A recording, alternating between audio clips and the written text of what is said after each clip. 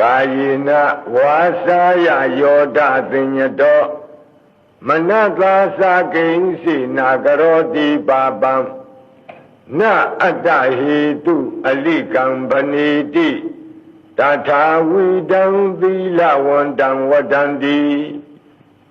ဒါတိပု္ပ္ပာရဲ့အဖြေကာထာသက္ကာနတ္တုသနင်းတရားမင်းဣဒ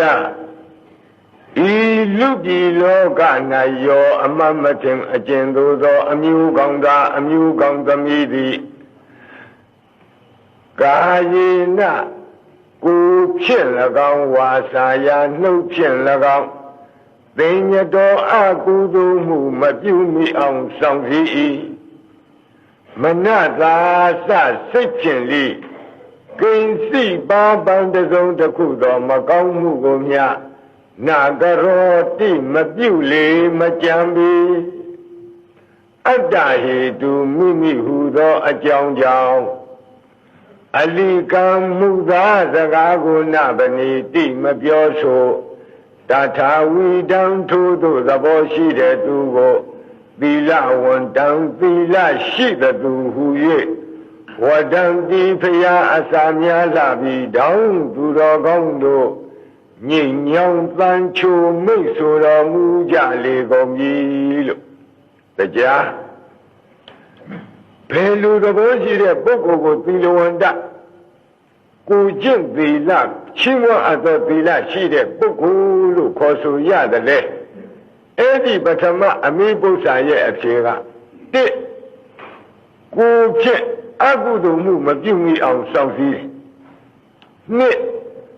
နှုတ်ဖြင့်အကုသိုလ်မှုမပြုမိအောင်စောင့်စည်းတယ်သုံးစိတ်ဖြင့်အကုသိုလ်မှုမပြုတဲ့ပုဂ္ဂိုလ်လူရင်းတော့ဒီသုံးချက်နဲ့ပဲဒီသုံးချက်နဲ့ပြည့်စုံတဲ့ပုဂ္ဂိုလ်ကိုသီလဝန္တပုဂ္ဂိုလ်သီလရှိတဲ့ပုဂ္ဂိုလ်ခေါ်တယ်အဲ့ဒီထဲမှာကိုယ်ဖြစ်အကုသိုလ်မှုမပြုမိအောင်စောင့်စည်းတယ်ဆိုတာကပါဏာတိပါဒသူအသက်သတ်ခြင်းအဒိဏတံသူဥစ္စာခိုးခြင်း25ပါးဘာနဲ့ခိုးကာမေတုမိစ္ဆာစာရကာမတရားတို့၌ဖောက်ပြပြကျင့်ကြံအကျိုးမရှိတဲ့ဇပပြင်းဇပချင်းလို့အနှစ်မပါတဲ့စကားပြောကြခြင်းဤလေးပါးကိုဝစီဒုစရိုက်လေးပါးခေါ်တယ်အဲ့ဒီဝစီဒုစရိုက်လေးပါးမပြောမှမိအောင်စောင့်သုံးခြင်းနဲ့ဒါကဒုတိယအင်္ဂါသုံးကစိတ်ချင်းတစုံတစ်ခုသောအကုသိုလ်မှုမပြုဆိုတာအဘိဓါသူတော်ဘာစီစဉ်ကိုရယူလိုခြင်းဗျာပါဒသူတစ်ပါးကိုပြည့်စည်အောင်ပြုလုပ်ခြင်းမိစ္ဆာဒိဋ္ဌိအယူဖောက်ပြခြင်းဤသုံးပါးကိုမနောဒုစရိုက်သုံးပါးလို့ခေါ်တယ်အဲ့ဒီစိတ်ချင်းလည်းပဲဒီမနောဒုစရိုက်သုံးပါးမကြံမှားအောင်စောင့်စည်းတယ်ရှောင်ကျဉ်အဲ့ဒီပုဂ္ဂိုလ်ဟာသီလဝန္တပုဂ္ဂိုလ်ပဲဒီတော့ကိုယ်နှုတ်နှလုံးသုံးပါးကိုစောင့်သုံးတဲ့ပုဂ္ဂိုလ်ဟာသီလဝန္တပုဂ္ဂိုလ်